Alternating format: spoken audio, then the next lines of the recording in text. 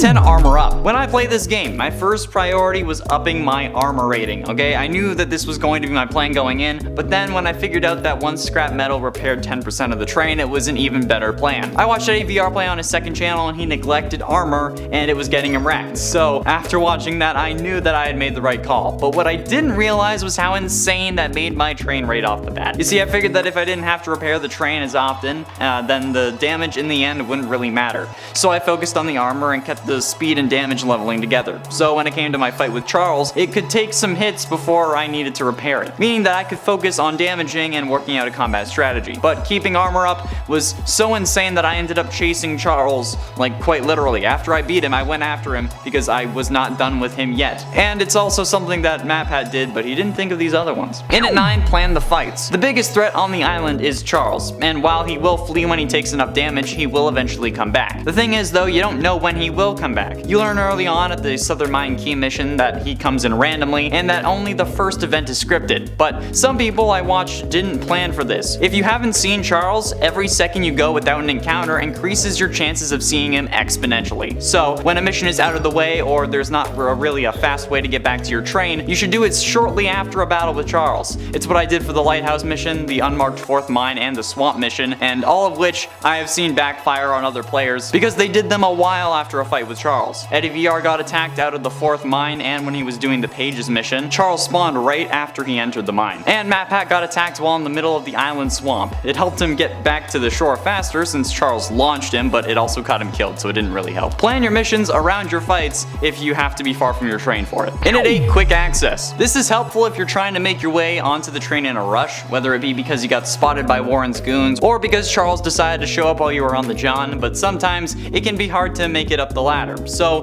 what if I told you that you didn't actually have to use the ladder? You can get on the train by actually clicking on the gun from the ground. Whatever weapon you have equipped can be mounted from the ground if you're close enough to it. So if Charles is making it impossible to get onto the ladder, or the goons have chased you to the back of your train, you can just hop on the gun and show him who's boss. It doesn't matter which one is equipped, just hop on and then give those goons hell, or instantly dismount and then hit the gas if it's Charles. Either way, it's another way if you're ever in need of it, or you just don't like video game ladders, which I get. And it's 7, weapons. Right off the bat, personally, I suggest getting all of the weapons that you can. Sure, in the grand scheme of things, it doesn't really matter all that much. You can do the final fight with the original machine gun, but having all 4 guns right off the bat will be a great help to you, even if you don't have much scrap. The bug spray can slow, the RPG is a massive damage dealer, and Bob is just fun to use and a damn good sniper. All around, they're gonna be useful, especially at the beginning of the game, and then you can worry about upgrading the damage for your train. You have enough time after the first Charles encounter to get some armor and a couple weapons before he shows up again, and if you reverse on the track, you can get the RPG sooner than later. I wonder what happens if you try to leave the barn in reverse, like instead of going forward. Does it let you? I'm gonna have to try that. And at 6, dive. Okay, so Barry and the whole swamp mission thing is a pain in the ass. It is, okay? It's the most intense mission of the game. You're helpless in a swamp and you can hardly move forward, and it takes ages to get there and back. However, it is worth noting that you don't have to drop off the dock into the swamp. You can get a running start and jump off the dock to get even more distance before actually having to deal with the hazard. It's a decent amount given the alternative, and it works the same way on the way back from the island, but there's no real dock there. You just have to jump off the edge of the island, and it won't be as effective, but it still helps. I saw people just dropping off the dock, but if you stay out of the water, you avoid the hazard of Barry for longer. Plus, it doesn't add like 10 minutes to the length of the mission. It's not much, but it's honest work. Also, if you've made it this far and you like Choo Choo Charles, hit like and subscribe, alright? We can do more videos if you keep wanting them, so be sure you let us know. And by the way, my favorite moment was when I told Charles that he was stuck on the island with me. It was fun. Halfway through at number 5, speed. Whoa, settle down. Not what I mean, okay? I mean as a secondary train upgrade, take speed over damage. While yes, armor was my top priority, my thinking was that if I could at least keep pace with Charles as well, so it was harder for him to catch up, and then have my armor up, the lower damage I was dealing wouldn't really matter, since there was infinite ammo and my train never ran out of fuel. I could just keep going and chip away at him slowly if I needed to,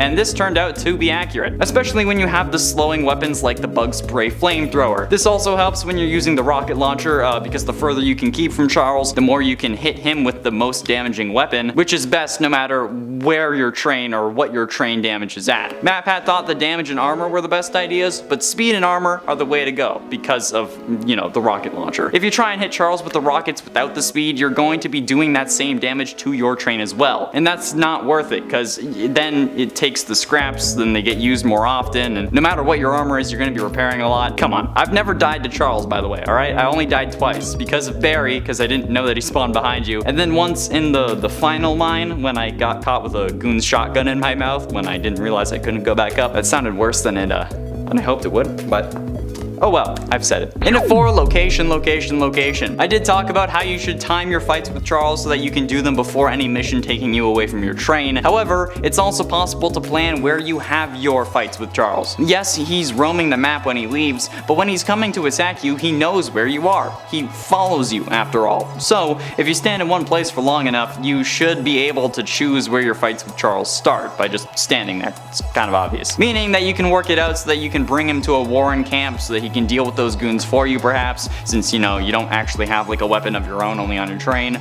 Or you can time it so that when the fight's over, you're closer to the next planned mission. There's an advantage to this because of that, but it doesn't really change all that much if you're not speedrunning anyway, since you can always just loop back around to the mission. But trying to time it so that you end up closer to it at the end of the fight rather than further, it makes sense. Getting close to the end in at number 3, resource management. Okay, I kind of touched on this when I was talking about leveling your speed, but you don't have to worry about any resources in this game. You just need scrap. Other than that, you don't have to worry about fuel, coal, ammo, anything like that. You have infinite everything but scrap and health. So remember that when you're upgrading your train or fighting Charles. You won't run out of rockets, your train won't randomly stop. Going faster and having more armor doesn't use more fuel. Your train is basically a god, which is a question for MatPat to try and answer because, you know, we gotta leave him something. But this also makes me think that it would be interesting if Gavin, aka 2-Star Games, added a hard mode, like in an update or a DLC sort of thing, where you did have to worry about those sorts of resources. Like where at the mines you could get coal to fuel your train, and the goon camps could have ammunition for the various weapons. You could bring John Smith explosives and scrap, and he could make rockets for you. It would change the game entirely, but maybe it would make it even better. It would definitely be more intense, and would up the playtime, honestly. Because that's something that critics were mad at. Dude, so what? It's a short game. It's a fun short game. Deal with it. God. But ultimately, in at number 2, quick death. Now, this is mostly for speedruns, which is honestly great, but the quickest way to get back to your train sometimes is just death. Whether it be from fall damage, from enemies, from Charles, a quick death may be the easiest and fastest way through certain situations. With the Barry mission, for instance. I'm not quite sure on the exact times, I haven't really worked out the math, but it might be faster to let Barry kill you, lose the scrap, and then run back to the witch from your train instead of trying to struggle through the swamp. Especially since Barry might decide to linger around you when you're standing still, which can happen. Damn it, Barry. They're going to change the timelines and now you're a squid monster on an island with a giant train spider? Damn. What, did you let your mom live for an extra 3 seconds this time? Is that what caused it? Anyway, losing the 3 scrap can cut out the RNG aspect of that mission, and the same is also true for when you get an egg, since you keep the items that you had before your death. So if you get an egg, you can get killed by a goon and wind up back at the train moving on to the next mission right away. It's an interesting strategy, of course, and it costs some scrap, but if you've spent all of it on your train or managed to keep your remaining scrap low, it could be a very good time saver. It all depends on your priorities. And finally, in at number 1, stealth level 0. While there are stealth sections to this game, like when infiltrating mines or at the various goon camps, for the outdoor sections, you don't need to use stealth at all. If you have the rocket launcher, you can do what I did for the final temple and just start letting them fly. The explosion of the rockets will not only kill enemies if you hit them, but it will also alert the ones who can't see you to your presence, drawing them towards the train and allowing for easy handling. If you do this, you can just walk up to the final egg receptacle and don't have to bother with the, let's be honest, fairly boring and rigid stealth, okay? I love the game, I love pure stealth, but the inability to crouch and it just being like a line of sight system kind of breaks the gameplay for me a little bit, you know? Kind of like, I don't know, it would feel better if I could crouch. Even if it was just line of sight, if I just had the ability to crouch, it would have been exponentially better. So if you want to forego the parts of the stealth that are outside, you can just start spamming with your infinite rockets. Plus it's fun, because, you know, they're rockets and you're just sending them. Sure, they are said to have horrible range, but just like with arrows, rocks, or anything that you're shooting or throwing, aiming up will help them go further than just firing them straight. I was able to essentially clear the temple using this before I actually walked up to it by luring the goons out with rockets, but I also managed to kill one without even knowing that he was there, so that made me feel pretty damn cool, and I was pretty impressed with that. In a 10, upgraded wheels. While it may be obvious that your train's visuals change as you increase your armor level, you might have missed the fact that the same is true with the wheels. I thought increasing the speed would just like change the internals, you know, just like upgrade the engine and whatnot. However, this does in fact have a visual impact on the wheels or the treads or whatever they're called when they're on a train. The look changes, but it also is set to like a certain look per level, meaning that if you find your favorite look at level 3, you have to keep it there if you want the best visuals, at least for yourself. But it's definitely a tiny and interesting detail that I appreciate, okay? It's something that I didn't notice until Juicy Fruit Snacks decided to check on the wheels of his train and actually saw them changing. But it's this detail that made me want to do this list. I've been loving the game. I've been loving Choo Choo Charles, man, okay? I love this game. Call me Stardew, because I'm gonna start farming it. In at 9, Charles Origins. Now this is something that I noticed that a couple other people that I watched play the game also picked up on. However, I don't think many people really got as interested by it as I did. Our train has Charles's branding on it, okay? You see, the reason they call him Charles is because that's the name of the mining company run by Warren, the guy who uncovered all the eggs and all of that. And it's not because like it's his fault and that's why they're calling it Charles, but it's literally the train branding. Since the trains are to transport materials, the trains are Warren's. So of course they're going to be branded with the company logo, including our train before we start adding any armor to it. And all the other discarded trains that we can find like in junkyards and whatnot, like the one where you get the lockpick, they have that logo too. Charles somehow seemingly took control over or became a copy of the trains used by Warren and us while we play. Like, how could that even happen? It's definitely not a hermit crab situation because Charles's face is on like the front of the train, and then when he gets killed after like the whole Hell Charles fight, the spike goes deep into that head of his, alright? Like, I don't know, it's weird that we ourselves are also fighting Charles in a Charles. Yikes. In at 8, hidden. You can actually hide from Charles, believe it or not. I personally didn't think that this was possible, but whenever you hear the train whistle, that just means that Charles is nearby and on the prowl. But if he doesn't actually see you and lock onto you, he just won't automatically know where you are. Meaning that hiding behind a tree can actually help if you're away from your train in the forest and Charles is zooming around nearby. Or that hiding in a house is actually a viable strategy for if you're away from your train. At a certain point, Charles will give up, but he will be more likely to come after you again soon, which I think is actually pretty dope. I figured that it would just be like a randomized time between attacks and then that's when he comes after you, but it's actually a little more juicy than that, and that's something that deserves hella respect, okay? Gavin didn't have to add that. It could have just been random times between attacks, or hell, it could have just been a set length of time and we wouldn't have bat an eye, especially given that it was just the one guy making this and the playtime of the game might have been extended this way. But they put in far more effort than needed, and that's incredible. Mans has damn well earned that like 90 grand he's made off the games by now. It's at least 90 grand, that's for damn sure. In at 7, Charlie the Choo Choo. Now, this is certainly an interesting story, because I could have sworn the name of this game was Choo Choo Charlie. It was like my own personal Mandela effect. But when looking into things for this video, I learned of Charlie the Choo Choo, a children's book by Stephen King, of all people. Yeah, that's right, Stephen King wrote a children's book. Charlie the Choo Choo is from the world of the Dark Tower, and it's a children's book in that universe, but published in ours under the name Beryl Evans. The story was written by Stephen King and published in King's previous novel, The Dark Tower 3: The Wastelands, wherein the book is found by Jake in chapter 22. The story is intended to be creepy and to give children nightmares, which personally I think makes a hell of a lot of sense, since this game also seems to be trying to do the same. In the book, Charlie gets abandoned by his engineer Bob in favor of a better model, and there's even a picture of Charlie crying dark, oily tears and is like being rusted. He then gets repaired by Bob, but what if he didn't? Or is that the train we use in the game instead? Because remember, the guy who was making the railgun was named Bob, and he couldn't come back to repair the train because he got killed. So, is this Bob that Bob? And it's 6, Pog Rocks.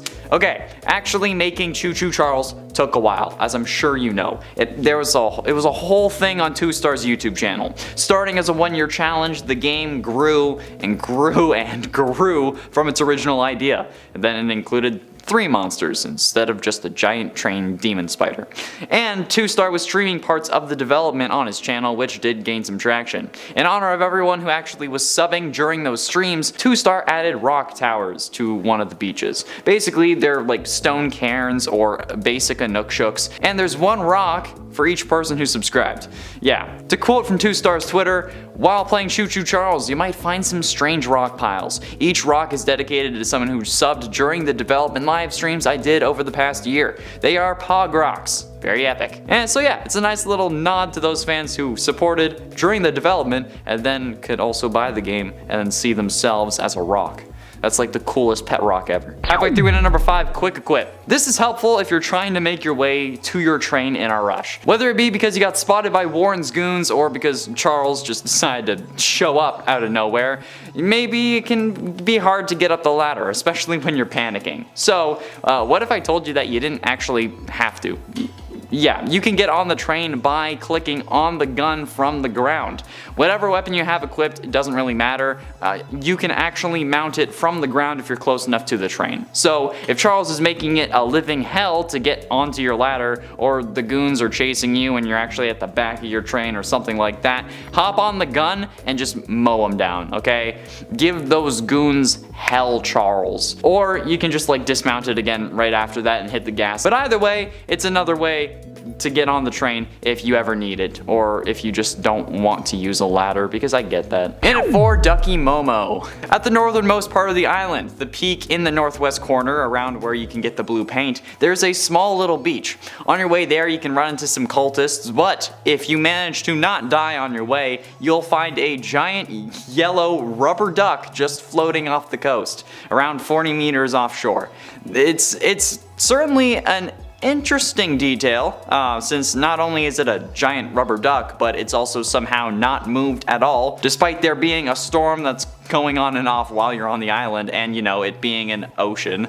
Of course, this doesn't have to make sense though, because it's a video game about a giant train spider demon thing that absorbs energy from its own eggs. But given all the other odd things happening on the island, who knows what it could be? Maybe it's another monster, maybe it's some like kaiju being that has extremely long legs and it's really just standing in the ocean, because that would be hilarious. Maybe it's secretly the actual Choo Choo Charles iceberg, but like just a duck on top instead of that part of the iceberg. I don't know, alright? Maybe it's a reference to something that I'm not getting. Maybe it is a reference to Ducky Momo. Maybe it's a reference to Bendy and the Dark Revival, because there's a duck in that game. I don't know, alright? Is this a gaming reference? If you know, let me know in the comments. In at 3, Barry. Okay, so the mission where you have to bring that witch, the fish, like for her stew and whatever, then you have to be careful going through the swamp because of Barry. That has to be a Minecraft reference, right? Is that just me? I mean, like, it's a witch with her cauldron in a swamp with her hut being over the swamp on stilts, and it is a very boxy house. Alright, it feels like it has to be a Minecraft reference. You see, I was kind of iffy on this. I wasn't quite sure when I stumbled upon it in my original playthrough of the game, but then I read the recipe for her stew and saw that there was dirt in there, and that combined with the fact that Barry the monster looks very much like a realistic form monster mutant version of the Minecraft squid kind of sealed the deal in my brain. Like it has to be a Minecraft reference, right? There's no way that this many things lined up and it wasn't intentional. This isn't FNAF. That's not a FNAF game. But ultimately, in at number 2, range. Okay, so this is something else that I've mentioned previously. However, the idea of range in this game only applies to 3 weapons. The base machine gun that comes with the train, the bug spray, and Bob. However, the rocket launcher says that it has low range, but honestly, if you have a rocket launcher, you can do any outdoor section of the game easily. You can do like what I did for the final temple, and I was letting them rockets fly. The explosion will not only kill enemies if they're close enough to it, but will also alert the other ones who can't actually see you to where you are. which will draw them towards the train and then allow for you to just pick them off easily, even if you're not using the rocket launcher. So if you wanted to like forego and ignore parts of the stealth that are outside, you can do that by just spamming infinite rockets. Plus, it's fun to spam infinite rockets. Like they say they have horrible range, but like just like with arrows, rocks, or anything that like you're throwing or whatever, if you aim it up, the parabola, I remember that from grade 11 math, the parabola will help them fly further than just going straight. But also, I failed grade 11 math, so I can't really be sure. And 10, supernatural. The possibility of Charles being some form of supernatural entity isn't lost on me, okay? I mean, this thing is a train with giant spider legs sticking out of its body and a face. Plus, you know, the whole 2 other monsters on the island thing, including a Kirkland brand Slenderman flying ghost. And I mean, like, come on, how else are you supposed to get a giant spider that's shaped like a train? I really don't know what else could turn itself into something else. Like, I don't know anything else that could change its shape. Unless maybe it's like a demon that's just picked 2 of the worst things on the planet. Spiders are the worst thing on the planet, but then like the Thomas stands are even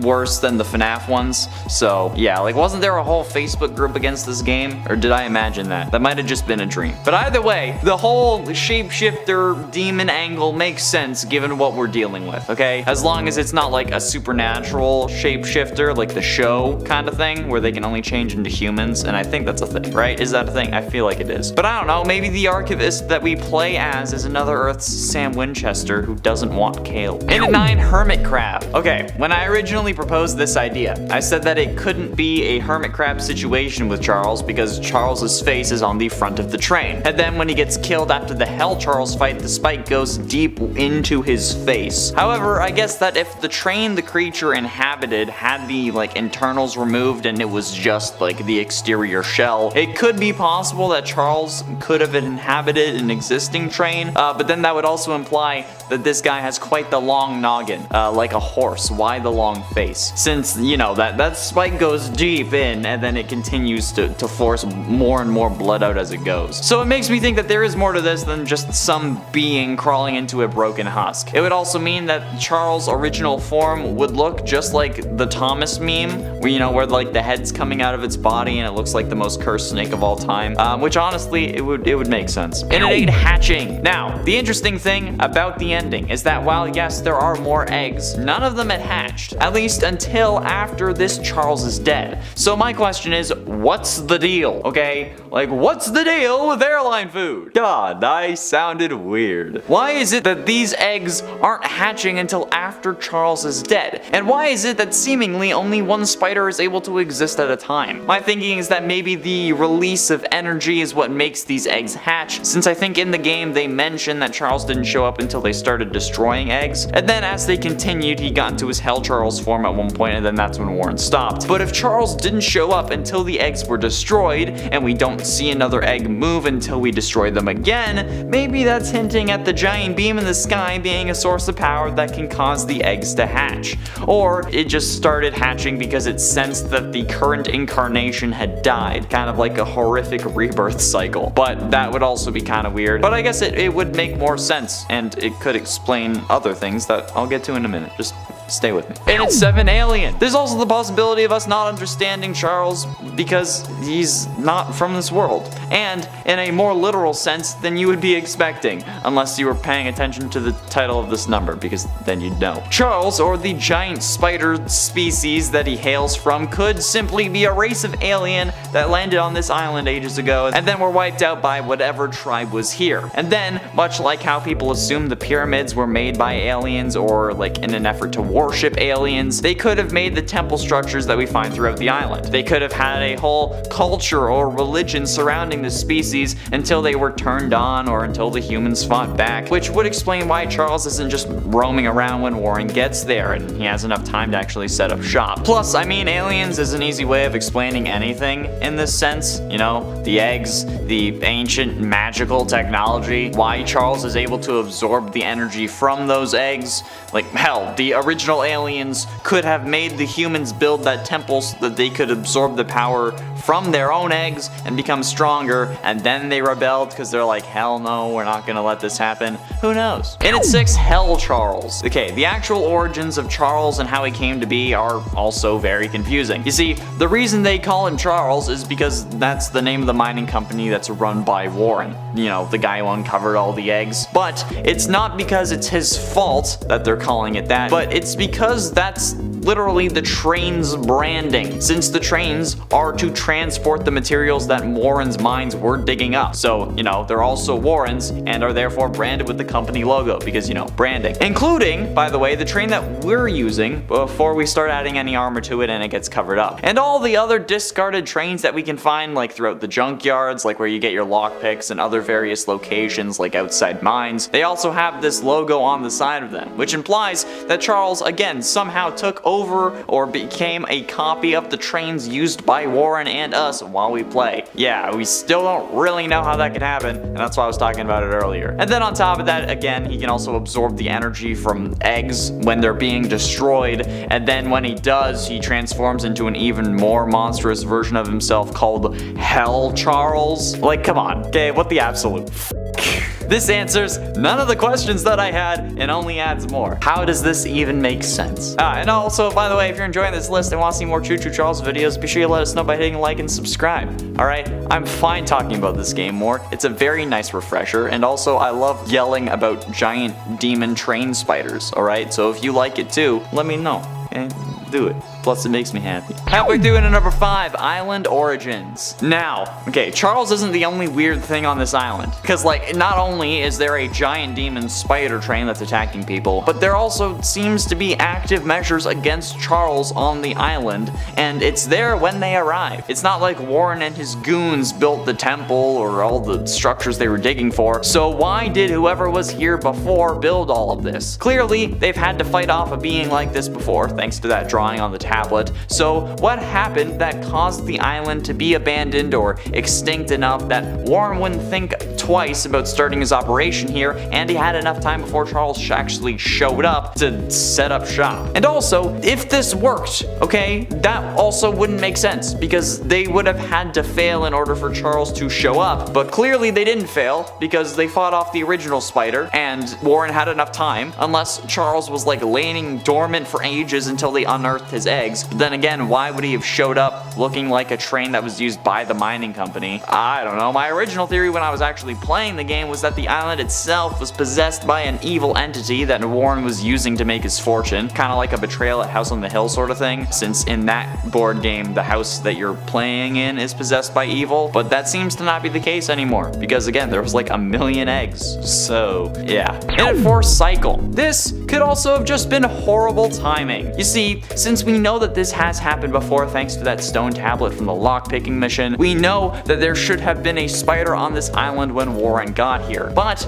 there wasn't. This could be for any number of reasons, like maybe the original inhabitants fought it off, maybe it got killed by Barry or Slender Man, maybe since they built it, the original humans knew how to use the main temple to kill the beast instead of, you know, powering him up, and maybe the spider wiped out the original humans on the island and then starved because it ran out of food. We can't really be sure, but it could just be that there's also a cycle to these attacks. You see, the egg starting to shake right after Charles was killed doesn't sit right with me, okay? There's no way that's a coincidence.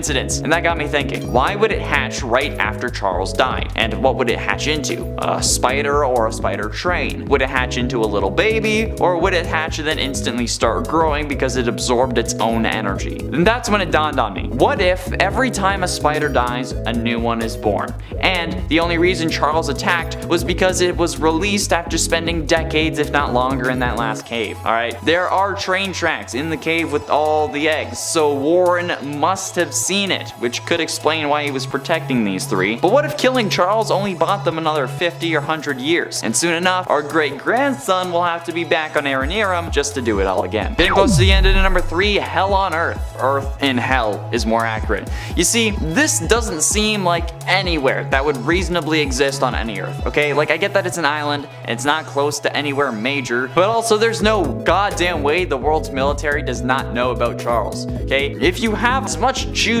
as an olive on a plate, the US is going to invade it a la Gordon Ramsay, so how would they not have seen this island and then like investigated it and then just left it? No, not with a giant demon trained spider running around. That would have been the next damn target for any form of weapons test, and they wouldn't have cared about anyone on the island. My thinking is that given that this is a giant trained spider that seemingly comes out of nowhere, including the fact that the settlers have the means to stop him then aren't doing shit about it because somehow you're the only one who's willing to, and the fact that this is an island, meaning that if you get off of it, you're probably gonna have to kill him just so you can get into your boat in peace, that this could just be a simulated world space and you're actually in hell. Whether it's like a Dante's Inferno situation, or maybe it's kind of like Crowley trying to get the demon tablet out of Kevin in Supernatural, I can't really be sure, but I wouldn't be surprised if at some point 2-Star reveals that this is just one of the many layers of hell, and then finally someone, that being us, decided to rebel, or maybe we play as Satan, who just wants to see if we can get anyone to do anything for themselves, but that also discounts the fact that we have to get to the island. But ultimately, in at number 2, Charlie the Choo Choo. Now this is certainly an interesting story, because I originally genuinely thought that the name of this game was Choo Choo Charlie. It was like my own personal Mandela effect, and that's before I even accidentally switched timelines. That's a whole other story. But when looking into things for various Choo Choo Charles videos, I learned of Charlie the Choo Choo, a children's book by Stephen King. Yeah. Charlie the Choo Choo is a book from the world of the Dark Tower. It's a children's book within that universe by Stephen King, obviously, but in our world it's published under the name Beryl Evans. The story was written by King and published in his novel The Dark Tower 3, The Wastelands, and in that novel, the book is found by Jake in chapter 22. The story in that universe is intended to be creepy and to give children nightmares, but honestly, now that I've looked at it a few times, it doesn't. It's not all that creepy. I mean, it's sad, but then it has a happy ending. In the book, Charlie gets abandoned by his engineer Bob in favor of a newer train, and there's like a picture, which is I think the most disturbing part of the book. There is a picture of Charlie crying dark oily tears and getting all rusted because he hasn't been used and he's been stuck outside. But in the end, he does get repaired by Bob. But what if he didn't? Okay, what if Bob ended up getting killed before he could finish his weapon to help you fight against him? Oh wait a second. There was a Bob here. One who got killed. Uh-oh. And finally, and number 1, Ancient One. Okay, now, considering how this is a giant train demon spider thing, you'd figure that this is the first time that it showed up, okay? It's literally based off one of the trains that are on the island, so what the hell? The thing is that this isn't the first time that this has happened. Maybe it's the first time that they unearthed the eggs. This is definitely the first time they've seen Charles as a train, but that's not the first time that this has happened. At the beginning of the game, we can get a lockpick set from Daryl. There's a guy at a scrapyard, alright? You pass it on your way to your first mission if you go forward on the track. You then use them to unlock a chest in the back that goons had just thrown into the backyard, and inside is an ancient tablet which is described as a, quote, very old stone tablet that features some strange drawings, which I feel like could be a reference to Skyrim and the Dragonstone, but you know what was off for me was that this ancient tablet had a drawing of people fighting a giant goddamn spider, but it was a normal spider. It didn't look like a train, so clearly this isn't the first time that it's happened, but yeah, and I wouldn't have paid any attention to this, I would have just marked it as a joke, but the game calls it out as a critical item, so yeah, I find that interesting. 10, Shapeshifter. Okay, so the possibility of Charles, the, giant demon train spider, being a shapeshifter isn't lost on me, okay? I mean, this thing is a train with giant spider legs sticking out of its body. Plus, you know, the whole having a thirst for blood thing. How else are you supposed to get a giant spider that's shaped like a train? I don't really know. I don't know what else could turn into this other than something that can change its shape, okay? Unless it's like a demon that's just picked two of the worst things on the planet. And I mean, like, spiders are like the worst thing on the planet, but having to talk about Thomas the Tank Engine on the internet is also apparently even more risky.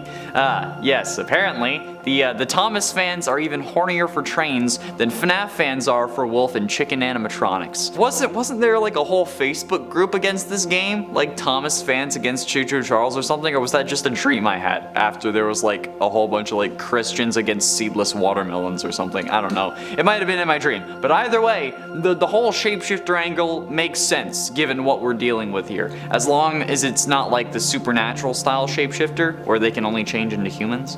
In at 9, Evil Thomas. Speaking of which, could this just be an evil version of Thomas the Tank Engine?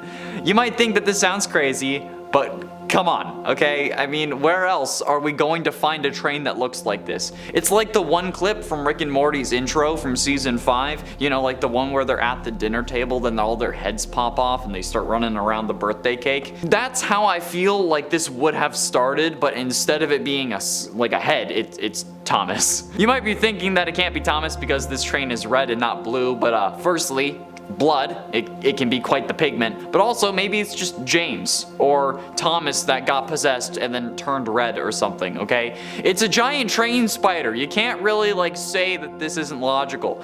Maybe the color of their trains is like the lanterns from DC Comics, like with each color representing a different emotion, and when Thomas got too angry, he went from blue to red, and then sprouted legs and got a taste for blood instead of oil. Or maybe the red trains are colored that way because they run off of blood instead of oil, or something.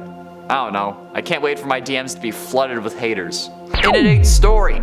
The story also seems to be a really tricky thing because whenever you look for it online, you basically just get this Steam description saying that it's a train spider that you have to kill. All the Steam page says is, quote, complete the main quest line. And while it makes sense that the main quest line is about beefing up your train to fight Charles, the bigger question is what does the actual storyline of that main quest involve beyond that? It's interesting and we don't really have much information, but we can help out the settlers in return for high-powered weapons and other vital items, at least if we believe the Steam page. But my question is, if they have all this stuff on them already, why haven't they just dealt with Charles themselves? Why are we the only ones beefing up this train on a random island to take out a giant demon train spider?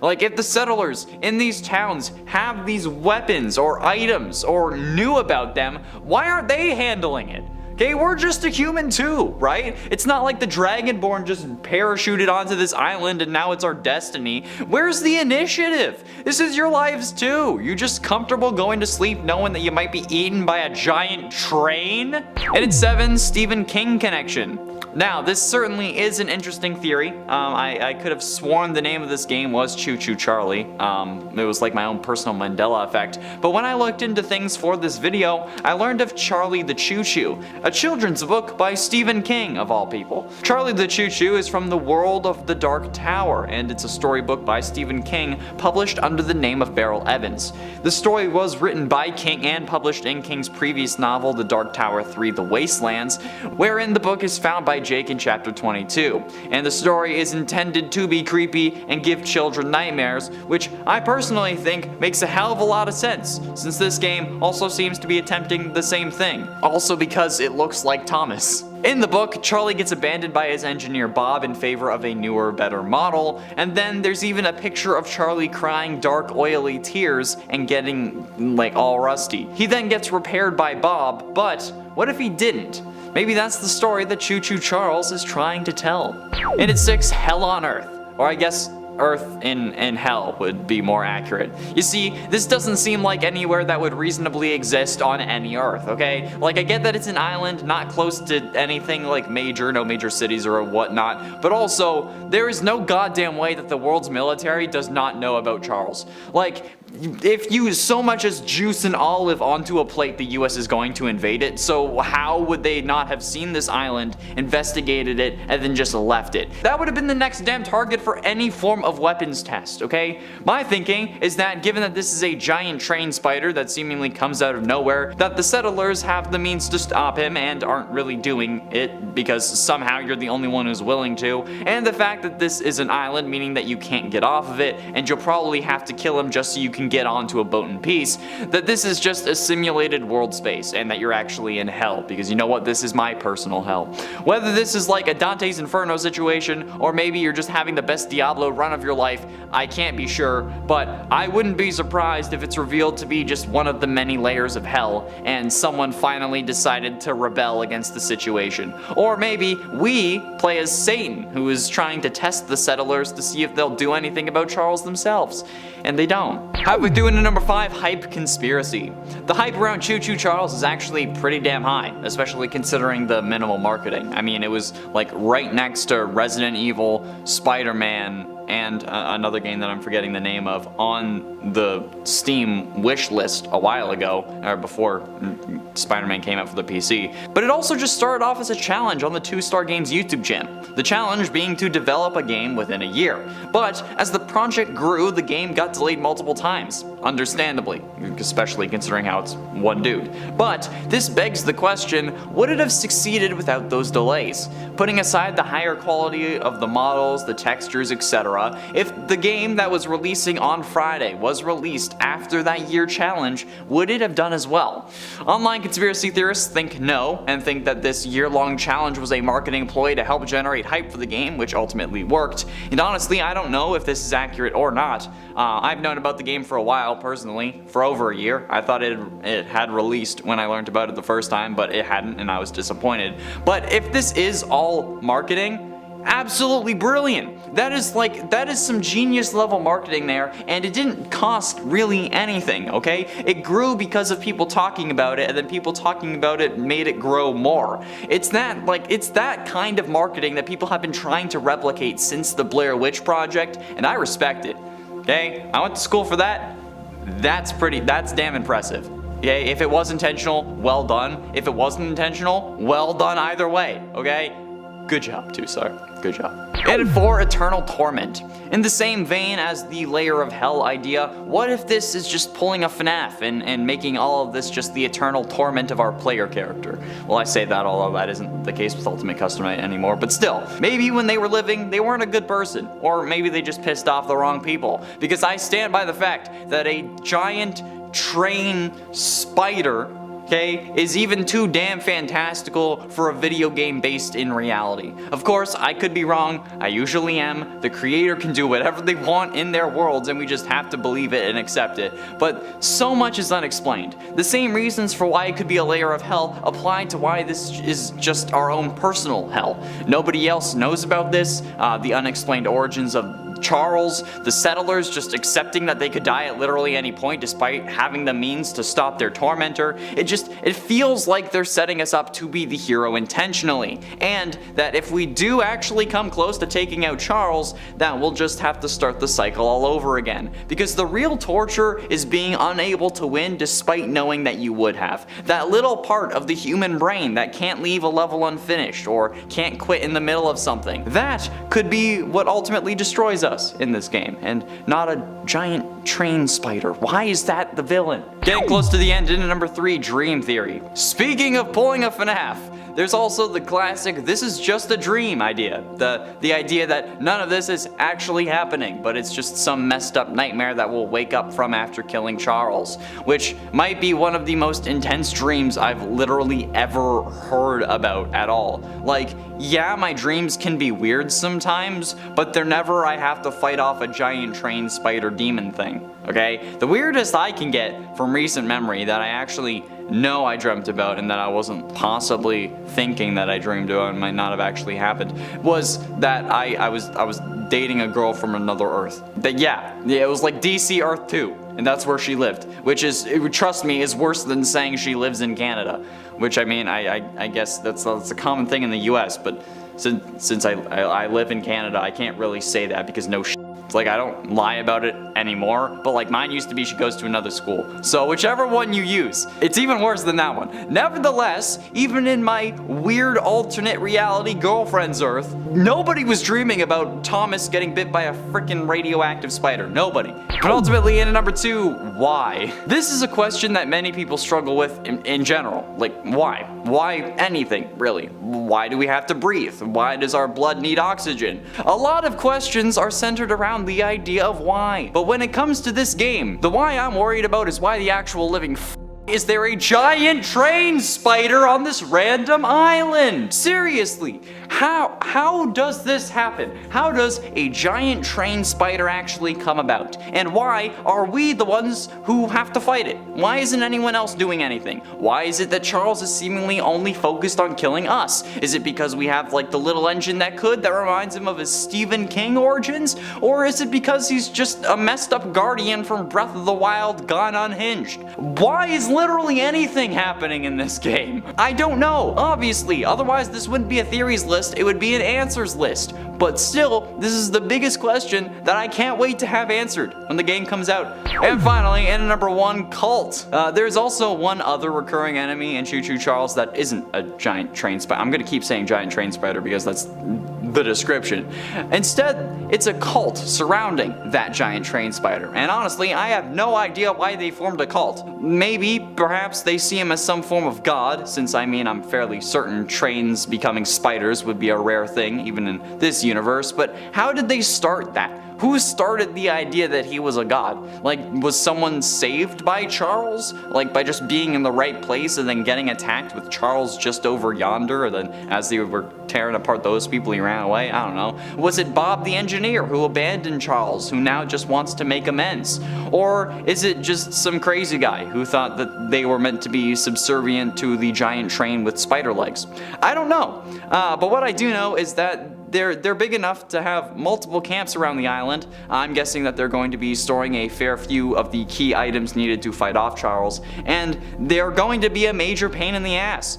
Hopefully they aren't drinking ink though, because we all know how that ends. It's a bendy reference for you guys. And it's 10 out of bounds. There are multiple locked doors throughout Choo Choo Charles. Sometimes you have to find the key to unlock it. Other times it's a door to someone's house, so you really can't unlock it. But there's also one door in particular that is not only creepier than the others, but also isn't unlockable ever at all. And it's not even someone's house. Up on the northeastern area of the island, off the track, you can find a cabin surrounded by a moat of spikes. No doubt to deter Charles. However, in this cabin there is a mask for one of the cultists hanging on a bedpost, and a gate leading towards a creepy basement. The basement for most players simply contains 7 scrap. However, there is a locked door here as well. While I personally ignored this while playing, thinking that I'd be brought back here at some point, I never was. Because behind that door is actually just a room that contains a note. And the note, should you read it, simply says, you shouldn't be in here. Because, you know, you shouldn't. It's out of bounds. You would have had to cheat to get here. I would have personally liked a "you're not supposed to be in here" joke as a reference to Skyrim, given the many other video game references in this game, but it's still cool nonetheless, and it's kind of funny, and if you're a cheater, then it calls you out for it. Yellow duck. At the northernmost part of the island, the peak in the northwest corner, there's a small little beach there. On your way off the track, because you know you gotta run here, you can run into some cultists, but should you manage to make it the whole way without dying, you'll find a giant yellow rubber duck floating off the coast around 40 meters out. This is certainly an interesting Easter egg, since it's not only a giant rubber duck, but it's also somehow staying still despite there being a storm and it being, you know, floating in the ocean. Those two things combined should have sent it miles away. Of course, this doesn't have to make sense. It's a freaking video game about a giant demon train spider, but given all the other odd things happening on the island, maybe this is just another monster. Maybe the reason this thing isn't moving is because it has extremely long legs that are keeping it in place. And based off their reaction to Charles, maybe the duck is too scared to actually reveal itself. Or maybe it's a reference to something that I'm just not understanding. Like, is there a duck in Thomas the Tank Engine? Or like, is this another gaming reference? Is it a reference to that TikTok where someone dropped big rubber duck in a river and then had to go find it later? I don't know. Okay, let me know your thoughts in the comments.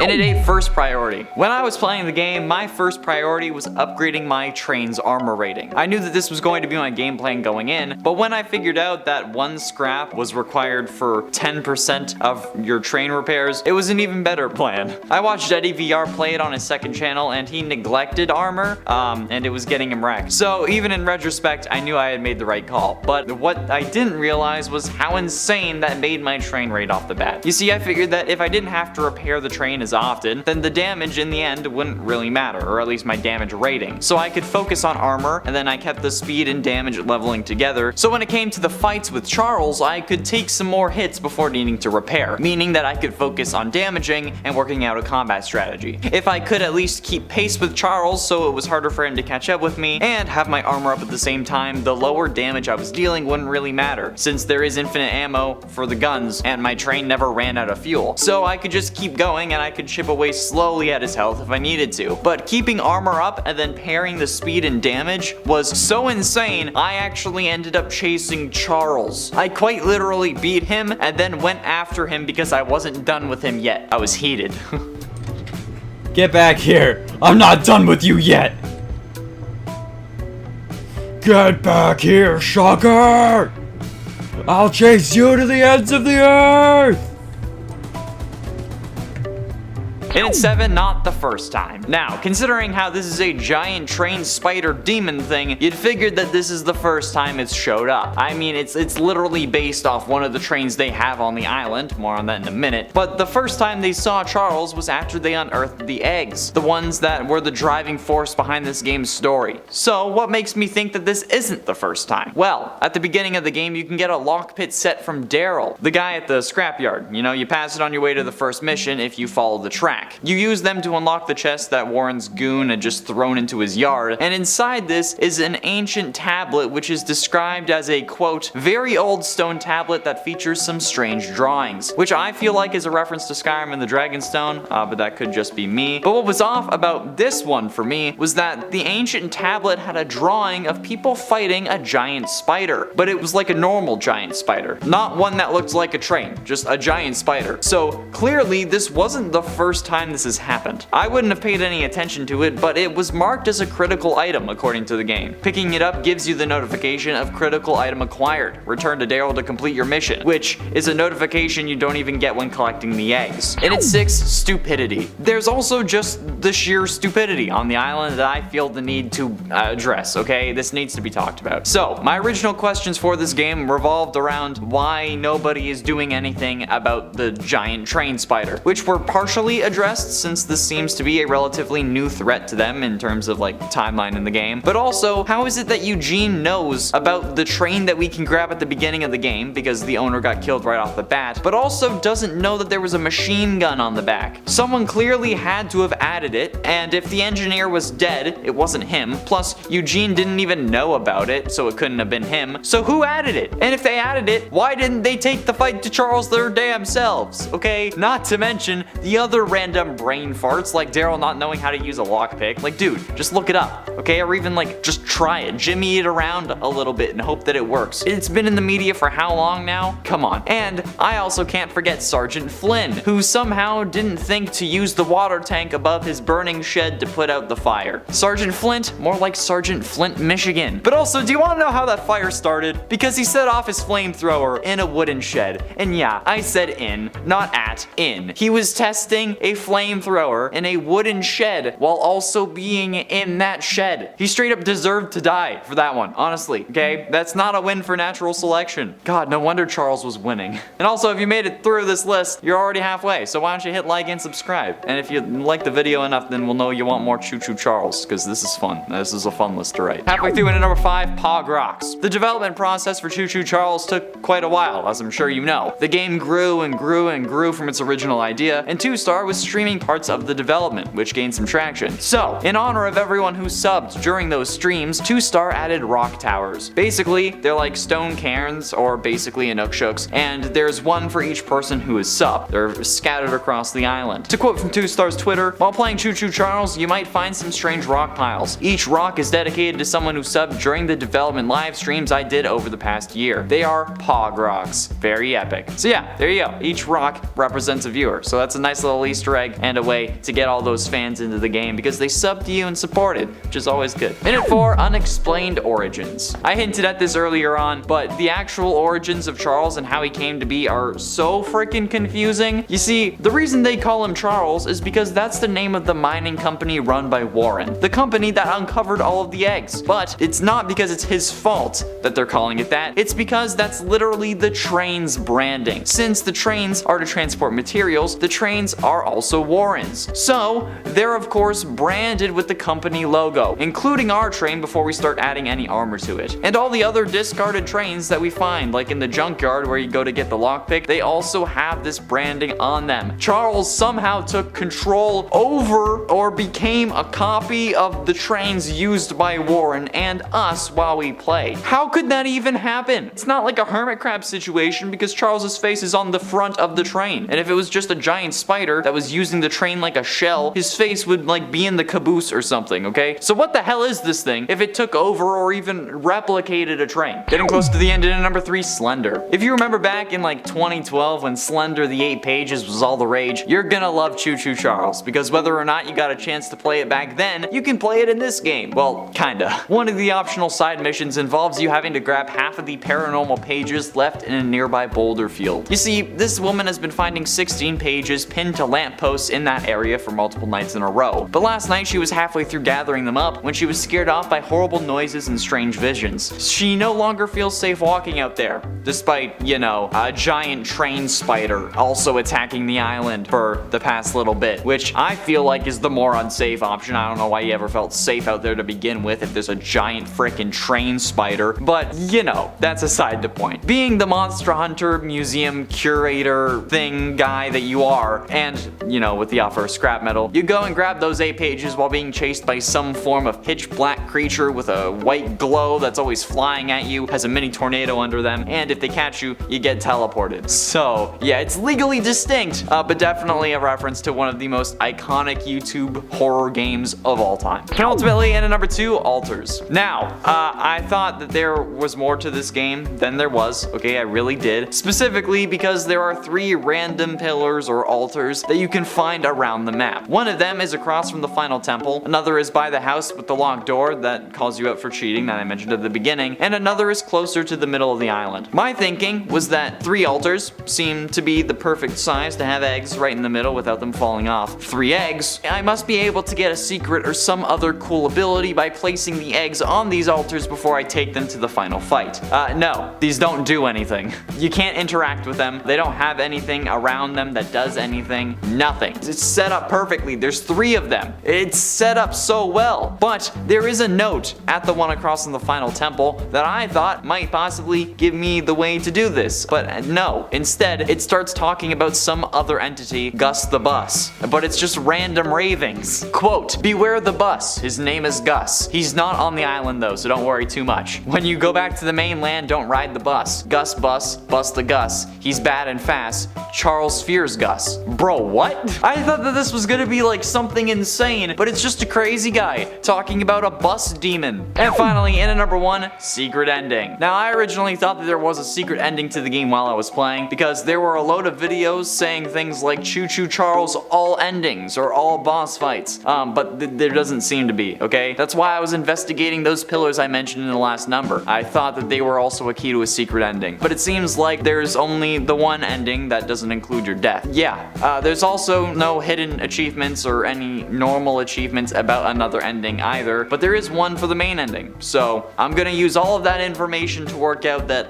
I was wrong there. But there really seems like there could have been, especially given the end credit scene of all those thousands of eggs that were colors we didn't even collect. I figured that there would be a secret, better ending where we could destroy all of those, but apparently there's not. So there you go. If you're wondering about it, like I was, I promise you that there is no secret ending, unfortunately. Unless you're watching this a while later, and since then the game has been updated and added one. And if you want more theories about this game or others, be sure to check out our top 10 Choo Choo Charles theories video, or all the other theory videos we got. We got a lot of them, okay? Choo Choo Charles is finally out, and that means all the questions that I had will be answered, right? No, because today we're talking the scariest Choo Choo Charles hidden details that left us with unanswered questions. Oh boy, let's do it right now. And be sure you let me know in the comments what your favorite Choo Choo Charles weapon is. I'll tell you mine later. In at 10, what is Charles? Okay, I think we could all agree that Charles isn't an ordinary spider. I think that's pretty obvious. But even by like demon spider train standards, he's not normal. He has colored eggs. He can absorb the energy from those eggs when you attempt to destroy them. And then he has a giant form that is quite literally supposed to be a form from Satan's domain. It's literally called Hell Charles, for God's sakes. Like, how is any of this possible? What could Charles be? Obviously, he's not a demon, because those don't lay eggs.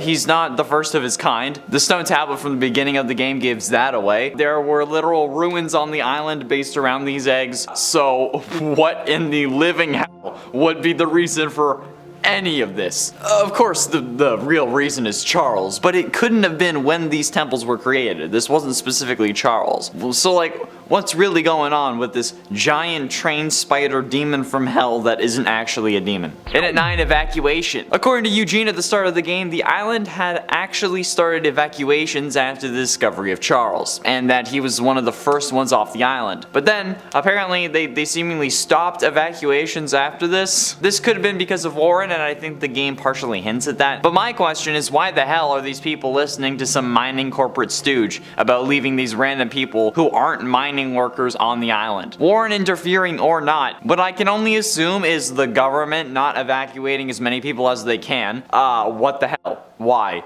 Plenty of people still want to go back to the mainland. There's one guy even waiting for another boat. Charles apparently destroyed the last one, but has nobody found that suspicious? Has nobody on the mainland thought, huh, that boat isn't back yet, and they aren't answering any of my calls? Maybe something's wrong. No! There's none of that. We have to row with Eugene back to the island. And if it's within rowing distance, why would they think it's taking so long to bring people back? They wouldn't think that. It wouldn't take that long. So what's the deal? What's the deal with airline food? You know I'm a white comedian because I'm making this voice. That's how it works.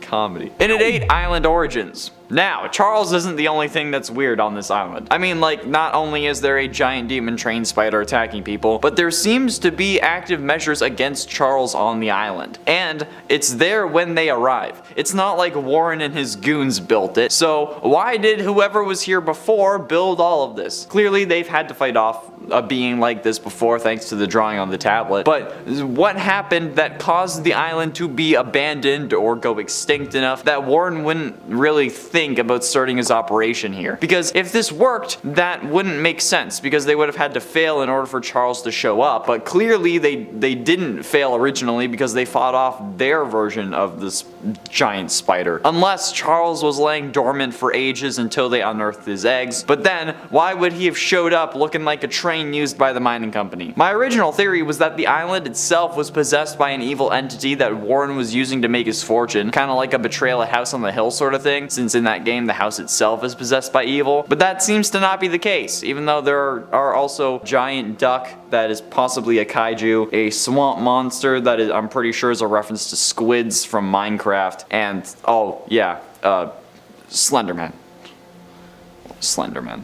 A copyright distinct version of Slenderman. It is 7, island location. We also don't know where Aranearum is located. It's closer to the mainland than most might assume, since after all we do row there with Eugene, but other than that we get basically no information towards where this game actually takes place. In like a map world geography sense. Not like we know it's Aranearum, but like we don't know where in the world the island would be. I could probably figure it out, but this is a top 10 list and I don't have that kind of time. So if I'm gonna do that, I'll have to save it for another video, and let me know if you actually want to see something like that in the comments. I have some ideas about how I could figure it out, but if you don't want the video, I'm not gonna force it on you, and I'm not gonna force myself to do it. But yeah, other than we know it's within rowing distance of a mainland, that's all we have. Well, okay, we know it's within rowing distance for a father who is trying to make sure his son doesn't get killed by a giant demon train spider, so I think that it'll be a little further than your average Joe, or average Eugene in this case.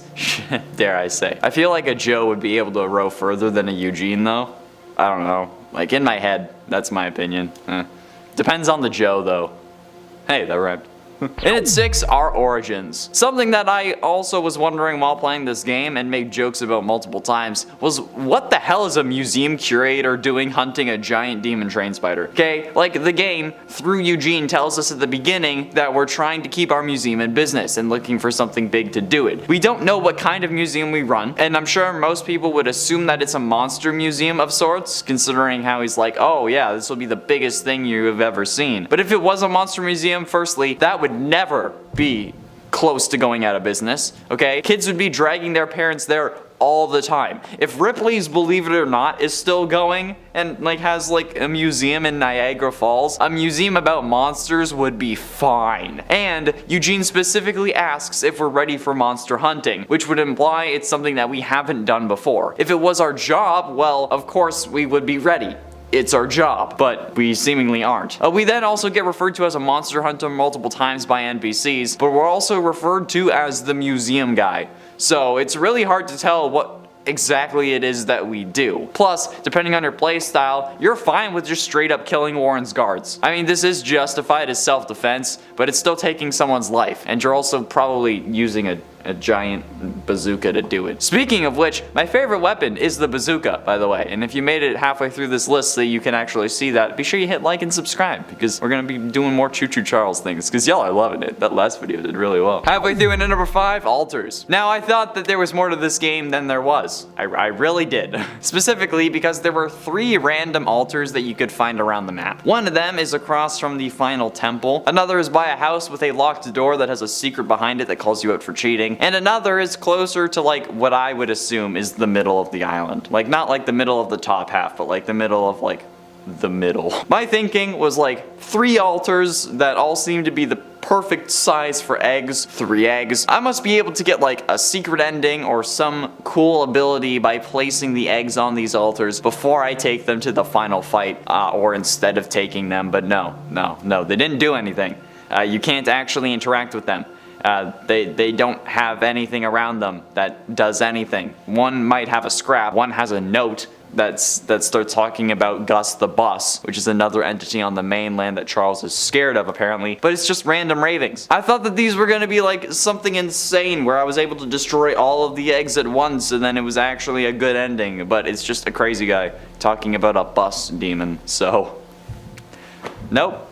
What are they for? That's my question. They're there, there's 3 of them, they have to have a purpose. What is it? In at 4, Warren. Warren himself is really confusing to me as well, honestly, okay? Like, I don't think anyone has actually seen him before the final cutscene when I've watched people play. I didn't see him before the final cutscene. Where did he come from? Okay, how did he check on the temple that he'd assume is well guarded just as we're about to put the 3rd egg into the shrine thing? Like maybe he had heard about the egg thefts from the mines, sure, but if that was the case, he would have just upped the security at the temple to make sure that he didn't get put in a position where he had to convince someone that he'd never met before and has been told all sorts of horrific things about him that he's right to guard the eggs. Cause if that was me in that situation and like actually in that world not playing the game and I had the choice, or even if I was just playing the game and it gave me the choice to listen or to use the egg, damn straight I would have destroyed the eggs. I was told nothing but bad and suspicious things about Warren the entire game. I never saw him once. Only at that final cutscene did I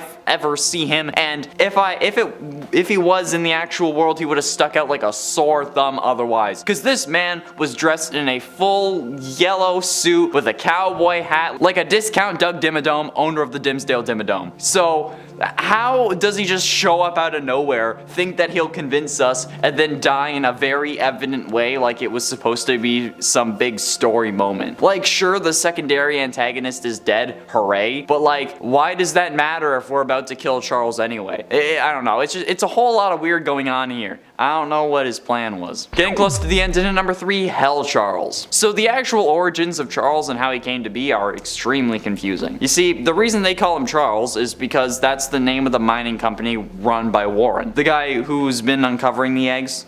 You know, the one that I just talked about, yellow monkey suit. It's like the man from Curious George and Doug Dimmadome combined. That's basically what I see when I look at him. Yeah, that guy. And that's the name of the company. And they're not calling him that because like they blame him for Charles. It's because that's like the branding on the train. The trains are meant to transport materials, therefore the trains are Warren's and are branded with the company logo, including the train that we're using before we start adding any armor to it and then it gets covered up. And all the other discarded trains we find along the way, like in the junkyard where you get the lockpick, and various other locations like outside of mines. They all have the Charles branding, which implies that Charles somehow took control over or became a copy of the trains used by Warren and used by us as we play. How could that even happen? And then, on top of that, he can absorb the energy from his eggs when they're being destroyed, and when he does do so, he transforms into an even more monstrous version of himself called Hell Charles. What the absolute fuck? This answers none of the questions that I had, it only gives me more. Bro, Hell Charles? But ultimately, in number 2, secret intentions. One question I had this whole time was if Warren really was planning on digging for gold like he originally was saying. I don't know. Or was it his intention to find Charles and his eggs from the beginning? We can't really be sure. He definitely does seem like he has an hidden intentions and like he's not telling us something that he knows. But in a note that you can find in the tall tower when trying to take the miner's contract for the dude who's too fat to climb the tower, that's literally what the plot of the mission is. I don't know how else to say that. You end up finding a journal entry of sorts that mentions how he doesn't think he'll find any gold on this island. Unless he's writing his journals in code, which I don't see why he would be doing. Like, I don't know why this would be a lie. Why would you lie to yourself in your journal, especially if you're leaving it at the tallest tower on the island that nobody should really be able to access because it's falling apart unless they're us because we're seemingly the Dragonborn. But then when we do get to the final battle, he tells us that we'll kill a lot more people than we'll save if we follow through with our plan, but he never says how, he never says why, or he never says how he knows that. His guards also dress up like Charles worshippers. So at this point, I honestly don't know what this man's intentions are, unless the masks are meant to make Charles think that you're one of his babies or something and maybe he doesn't attack you, which is a whole other can of worms that I do not want to mess with today. And finally, in at number 1, extravaganza. The biggest twist of the game comes to us in the final cutscene, after the credits. Much like any movie released nowadays, we get something after the credits that has insane implications. One of those being that there's about 1 million more Charles eggs, and that us destroying those 3 from the actual story means nothing in the grand scheme of things. But this begs the question, what the hell are these for?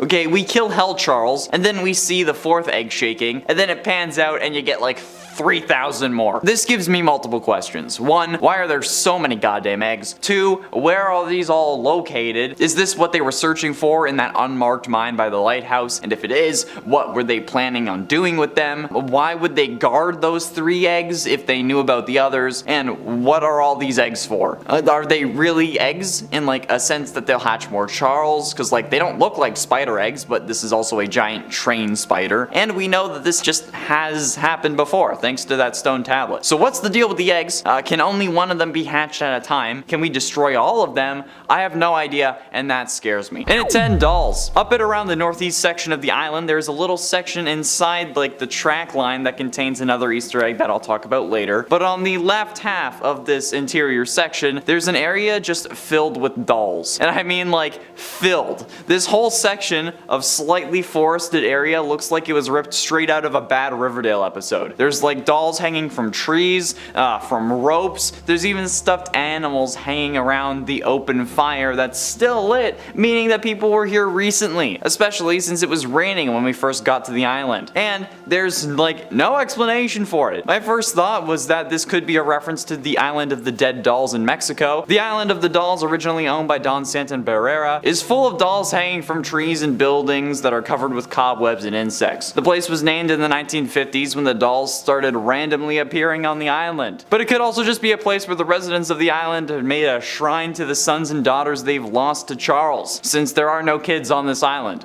which is odd given how many married couples and fun singles there are here. Pickle Lady in particular seems like she'd just want the pickle raw, if you know what I mean, as a cucumber. And at 9, rubber duck. At the northernmost part of the island, the peak at the northwest corner, there is a small little beach. On your way here you will run into some cultists, but should you make it the whole way alive, 5, you can find a giant yellow floating duck just there off the coast. Around 40 meters out, actually. This is certainly an interesting Easter egg, since not only is it a giant rubber duck, but also it's somehow staying still despite there being a storm and it floating in the ocean and, you know, it being a giant yellow rubber duck. Of course, this doesn't have to make sense. It's a video game about a giant demon train spider, but given all the other things happening on the island, maybe this is just another monster. Maybe the reason it's not moving is because it has like extremely long legs that are keeping it in place. And based off their reaction to Charles, maybe the duck is a little scared to actually reveal themselves. Or maybe it's supposed to be a reference to something that I'm just not understanding. I don't know, is there like a duck in Thomas the Tank Engine? Or is this like another gaming reference? Is this a JoJo reference? Let me know if you have an idea in the comments. But also, you can't actually see if it has legs because as soon as you go underwater, you teleport back to your train. And it ate Pumpkin Eater. There are multiple locked doors throughout Choo Choo Charles. Sometimes you have to find the key to unlock it. Other times it's a key to someone's house, so you literally can't go inside, and plus there's actually no room in the house if you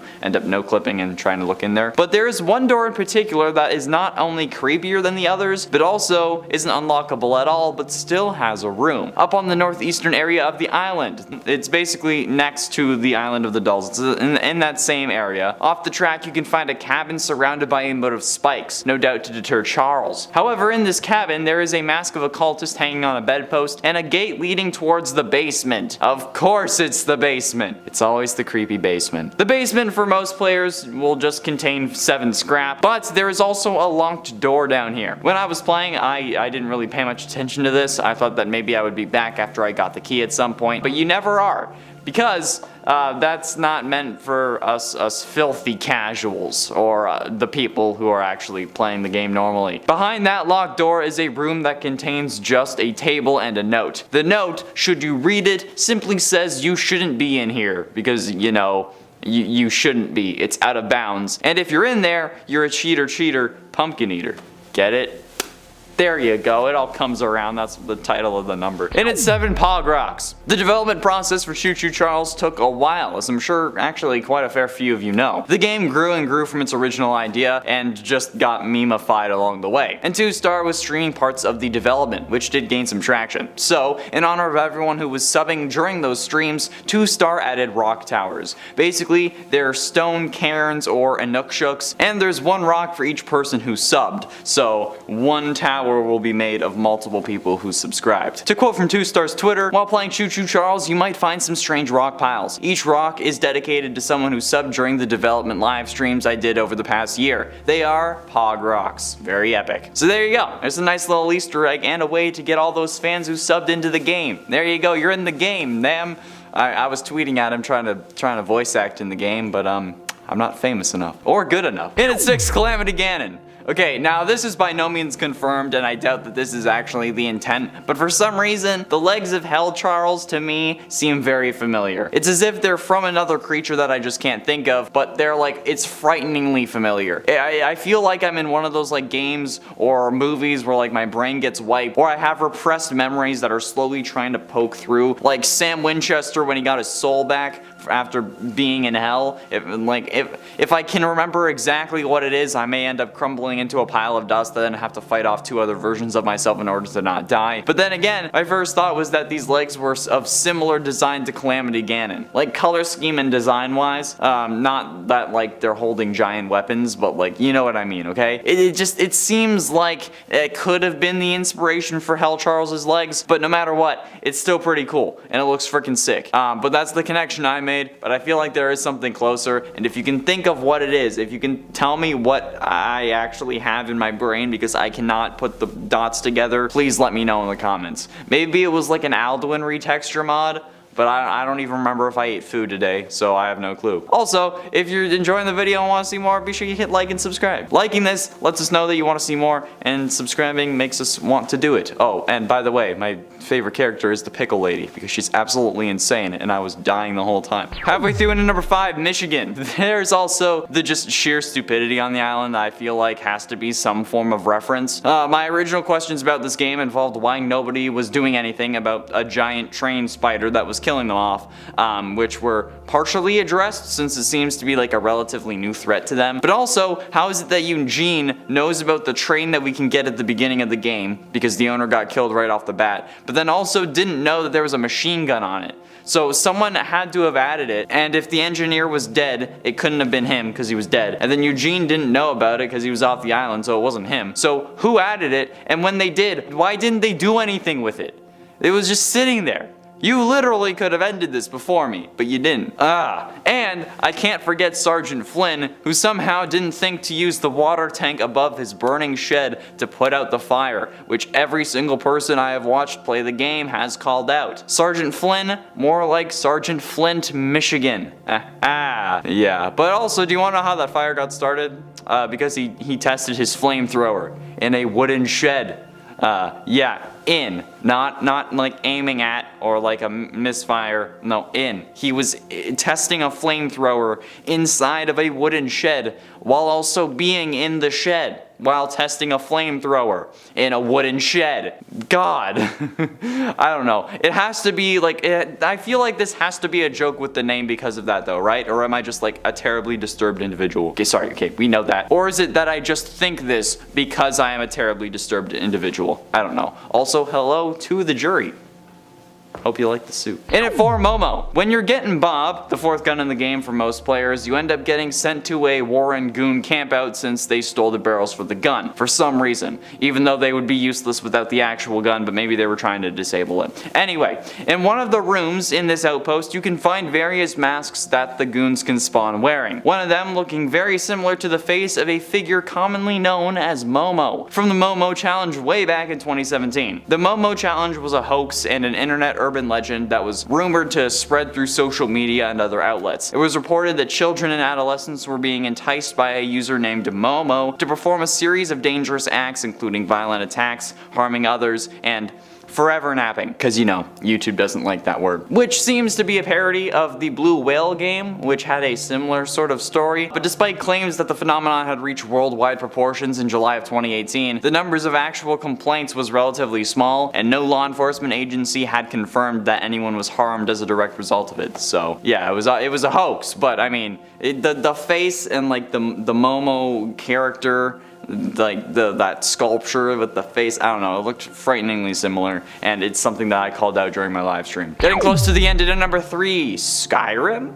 Okay, now, I know that I'm biased because I love Skyrim. I have a Skyrim tattoo. But, considering how this is a giant demon train spider thing, we would think that it was the first time showing up on the island, right? It's based off one of the trains they have on the island. They haven't been here the whole time. They only recently got here. The first time they saw Charles was after they unearthed the eggs, but that's not the first time they've actually seen a giant spider on this island, apparently. At the beginning of the game, you can get a set of lockpicks from Daryl, the guy at the scrapyard. You pass it on your way to your first mission if you're following the track going forward. You use them to unlock the chest that Warren's goon had just thrown into the yard recently, and inside is a ancient tablet which is described as, quote, a very old stone tablet that features some strange drawings, which I feel like is a reference to Skyrim and the Dragonstone, okay? But like, what was off about this for me was that the ancient tablet had a drawing of people fighting a giant spider. I mean, it didn't have dragon burial mounds, which is unfortunate, but I mean, come on,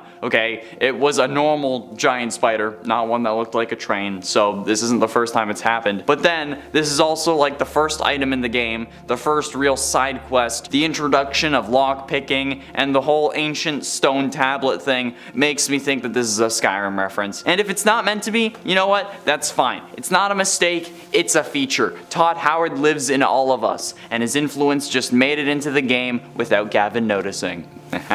You're welcome, God Howard. But ultimately, in at number 2, Slender Man. If you remember back in like 2012 when Slender the 8 Pages was all the rage and Smosh was playing it and everyone and their moms was playing it. Actually, my mom did play it. But whether or not you remember it or not, you wanted to play it, or you didn't have the chance, then you can play it this time in Choo Choo Charles. Kind of. There's an optional side mission that involves you having to grab half of the paranormal pages from a nearby boulder field. You see, this woman that actually gives you the quest has been finding 16 pages pinned to lampposts in an area behind her house for multiple nights in a row. But last night she got scared off by horrible noises and strange visions and no longer feels safe walking out there. Despite, you know, a giant train spider attacking the island for like the past 2 weeks at least or something. And she's just been casually walking around this boulder field, but now she's like, oh yeah, there's people are pinning up drawings, so I don't want to be here. Yeah.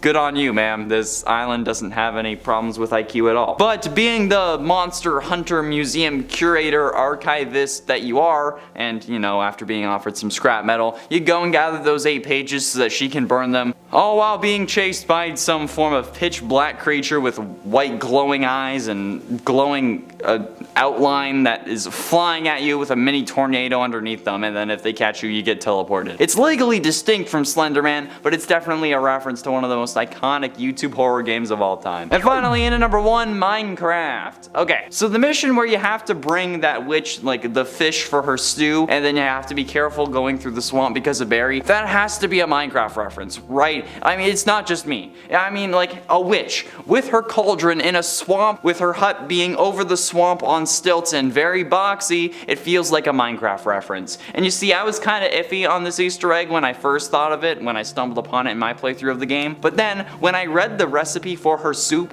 and saw dirt in it, and the fact that the monster looks very much like a realistic monstrous version of the Minecraft squid, kinda sealed the deal in my eyes, okay? This has to be a Minecraft reference. No way this many things lined up and it wasn't intentional. A random swamp in the middle of an island with 2 other mysterious paranormal monster entities on it, and then a man squid monster thing inside that swamp. No way, okay?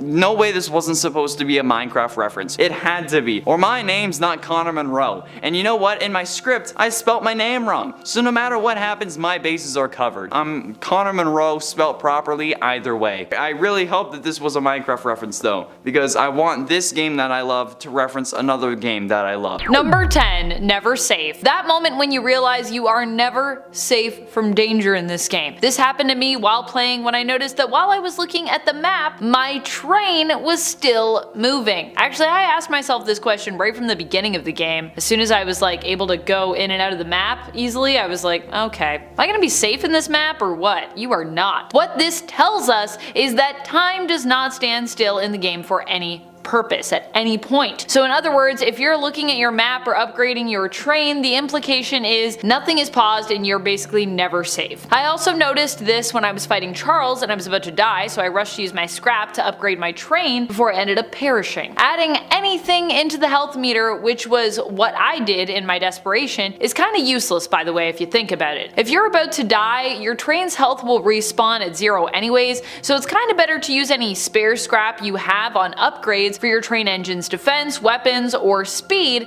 if you can. Make the mistake I made and enjoy the terrifying realization that no matter how much scrap you have, even sinking it endlessly into your train's health cannot save you from the inevitable. Instead, you will simply continue to watch on in terror as it depletes almost as rapidly as you replenish it. Charles doesn't pull no punches, that is what we have learned. Charles comes and gives it his all. Choo choo. And friends, before we move on to our next spot on this list, if you love what we do here at Top 10 Gaming, why not subscribe?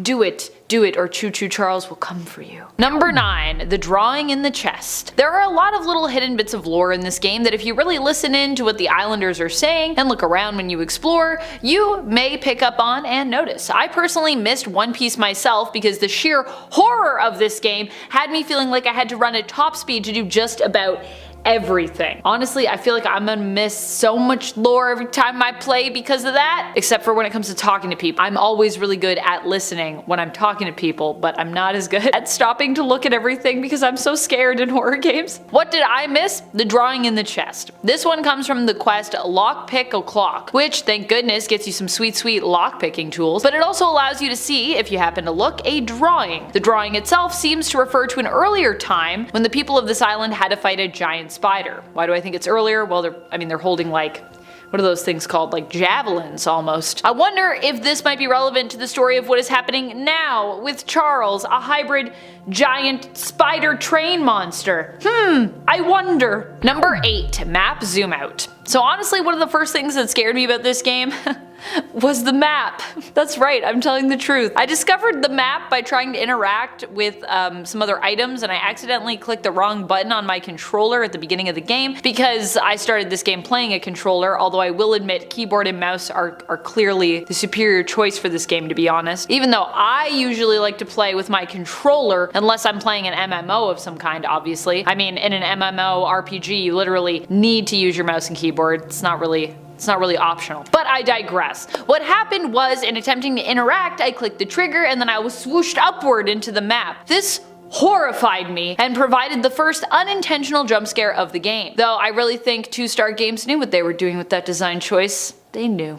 They were like, we're gonna scare so many people with this map. Number 7, Eugene. Honestly, from the beginning of this game, I was scared by many things. Among them, Eugene. Also, a lot of NPCs freak me out in this game. Eugene is your guide when you get to the island. Yet for some reason, he is also instantly one of the creepiest NPCs I have had the pleasure of meeting in a game. He tends to make light of just about everything, including that which he knows will be life or death situations, chuckling at you, the archivist / monster hunter, with his heh heh heh. I guess when the world seems to be coming down around you, burning, everything's on fire, there's a crazy demon sentient train thing, all you can really do is laugh, or just curl up into a ball and give up. So maybe what I find to be pretty creepy about Eugene, his dark humor, his weird turns of phrase, is really just his way of surviving another day. Of course, those who have played Choo Choo Charles will know that whatever impulsive plan Eugene thought up, it doesn't really go according to plan. Now, does it? Number 6, train sounds. What could be worse than creepy NPCs and random whooshing sounds from maps? Good question. How about just the train engine that you drive itself? Which is so scary. I don't know why. If we're gonna be like, Amanda, you're scared of everything. And I'm like, I am. I love playing horror games, but I am terrified of everything. The sound that your train engine makes. I literally thought I was initially being followed by Charles himself. He was sneaking up on me when I was playing the first time. I really do not like the sounds that our train engine makes in this game. Makes me worry every second I am on the train. And of course, that is for much of the game. I almost just wish Charles was kind of there all the time. At least when he's there, the sounds of our puttering train engine become more muted in favor of his admittedly creepy but at least more direct theme music. I think what really bothers me about the train sounds is that they're really atmospheric, they're quiet, they're unsuspecting, feel just kinda inconsistent. They just make me go like, what was that? What was that? Every 2 seconds. In a good way though, cause you know, this is a horror game and they do constantly make me feel like something is coming to tear me limb from limb, which I imagine is, you know, what you want in a horror game. So good job, but also, Number 5, Pickle Lady. I mean, I can't do this list without talking about the weirdness that is the Pickle Lady, can I? I both love her and I'm terrified of her at the same time. This woman simply wants some pickles, which seems like a simple request. I understand. Pickles are delicious after all. Although I personally have this weird thing where I can't actually eat them out of a jar. They need to be presented to me without me seeing them come from the jar. This is a true fact. Even though I do acknowledge that the jar is essential to making the pickles, if you give them to me in a jar and say, would you like a pickle out of this jar? I'm gonna say no. But if you take a pickle out of the jar without me seeing that and you bring it to me, I will accept the pickle. So I don't know. Who's the real creep here? Is it me or is it the Pickle Lady? Maybe I am the Pickle Lady. No, I don't think I am because she actually wants the jar. She is fine with pickles being in jars. Me, not so much. Her last jar of pickles, however, is far away and she's hoping you can help her retrieve them. They're up in the pickle cave, locked away in a chest that she lost the key for. I mean, I don't think I really need to say more about this. The whole quest, well, charming in a weird way, is also very strange and very creepy. Also just the Pickle Lady and the way she talks. She also kind of stands like this. What is this? Reminds me of when I'm getting ready to go. Apparently I do this all the time, I've been told. Number 4, Eugene's death. Not even his ability to sprint at breakneck speeds could save Eugene from Charles. I thought I had done something wrong until it was confirmed by chat and later other playthroughs that no matter what, in the beginning of the game, Eugene is basically fated to die. So there's not much that could have been done. I couldn't have saved him. It is what it is. Right off the bat, you arrive on the island and Eugene brings you to a train engine left abandoned after its owner died. The really strange thing is, although Eugene was aware that the owner of this train engine died, he is surprised to see the derailleur gun mounted on the back of the engine, as that is something that apparently wasn't there when he last left. Who put it there? And why? Assuming that the train operator was already dead before it was added, is a bit of a mystery. A mystery that still haunts me to this day. Also, how could he have been like, that wasn't there before when I checked it, and then he doesn't have the key to get in? Who locked it and put the key? I guess the same person that put that on the back? I have a lot of questions about this. After some quick practice shooting, which I'll talk more about later as it's also scary in its own way, you and Eugene are off to try and enact his plan, with your help to defeat Charles. However, Charles has other plans. As soon as you crash through the train shed, because who cares about doors, Charles comes choo-chooing along and he attacks you. Although Eugene cheers you on, he's almost immediately killed. In my case, before I could even get a round off, because I was like, what is happening? In the distance, it appears as though Eugene is actually being devoured by Charles as well. So if you look closely, you might get to see that. Great. Number 3, taking aim. There doesn't seem to be any way for you to take aim in this game, which I think is pretty spooky. I mean, okay, so there's kind of a little bit of crosshairs on the derailleur, but not really. From the moment you get to practice your aim to throughout the rest of the gameplay, the fact that you have no, like, digital crosshairs on your default derailleur gun, or really almost any other weapon in this game, horrifies me. I guess the bonus is when you get the flamethrower bug spray, at least you kind of have some, like, I would say extended area that you can affect because it's fire, at least presumably, because, you know, fire has a tendency to spread. It's not as concentrated as small projectiles tend to be when it comes to its area of effect. Although then again, I'm not sure technically if that's true, as the game doesn't really give us like stats on the range when it comes to like the spread of ammunition and fire. All we know is the range in terms of the distance that we can reach away from us with the ammo, and in terms of the rate of fire, which in essence I guess is another way to sort of say spraying a larger area with ammo, because, you know, if you have a higher fire rate you can get more off in a second, so you could splatter a whole area with bullets. Of course, I wouldn't be as worried about being able to spread all of my ammunition if I could be more certain of where specifically I was shooting. In other words, a life without default crosshairs is a horrifyingly uncertain one when going up against a demonic giga spider and sentient train hybrid monster. Now, of course, you do get crosshairs eventually, but you're going to need a real big gun, Bob, to get them. And even then, you still only get crosshairs when using Bob to shoot, as that gun has the crosshairs physically attached to the gun. I wish the rocket launcher had crosshairs. I'm sure they all have like a form of it, but it's really not the same. Like Bob has the best crosshairs by a long shot. Number 2, doing anything for too long. One of the things that I really think is so brilliant about Choo Choo Charles is the sense of urgency that it instills in you when you're playing. You can't leave your train for too long, or you kind of end up worrying about it. I don't know, I get separation anxiety from my train engine. But beyond that, anytime I do anything for an extended period, it immediately feels too long because of just the sound effects around me, the atmosphere in this game. The sound in the game is super creepy, whether it be the eerie background music when exploring, or even just the whistling wind when I'm lingering too long in my map. Either way, the sounds in the game combined with the lingering danger of Charles, who could appear at any minute, are just completely terrifying and make you want to rush through everything and anything you have to do in this game. From upgrading the train, to running out to grab some scrap, completing missions, and even when it comes to just looking at the map. If I look at the map for too long, I'm like, okay, let's stop looking at the map. Let's go do something. Number 1, collecting the ghostly drawings. Another one of the most horrifying moments in this game comes to us in the boulder field. I think that's what it's called. It might not be called the boulder field, admittedly. I'm pretty sure that's what it's called. Here we have to face a ghost and try to defeat it. It's also like a haunted forest, FYI. Or at least you have to try to avoid the ghost while collecting all the creepy drawings. You gotta collect 8 in total. The ghost in and of itself, in addition to the forest where the drawings are hung up on the trees, it's terrifying. I don't know about you, but I constantly have the issue of running in circles as soon as the ghost shows up. It's like me playing DBD, aka Dead by Daylight, all over again. That's basically my status quo when it comes to playing DBD. I'm kind of always running. Very hard for me to get calm enough to be very good in that game. And apparently my status quo is also running in circles when it comes to this mission. When the ghost gets near to you, it will interfere with your vision, causing your sight to become all staticky. Also, once again, creepy sounds will likely cause you much distress if you are like me. Also, while safe in the haunted woods from Charles while you're doing this mission, which is a nice thing, if you are caught by the ghost, You aren't killed, but you are teleported outside the haunted woods, where Charles can easily come and gobble you up, so be aware of that. This minigame has also been compared to the indie horror game from 2012, Slender, where you also must collect 8 pages amidst a forest while avoiding the game's creepy antagonist, Slender Man. So yeah, if you like Slender, you'll probably like this minigame, and if you don't like Slender, whoo, it's gonna be a little rough for you.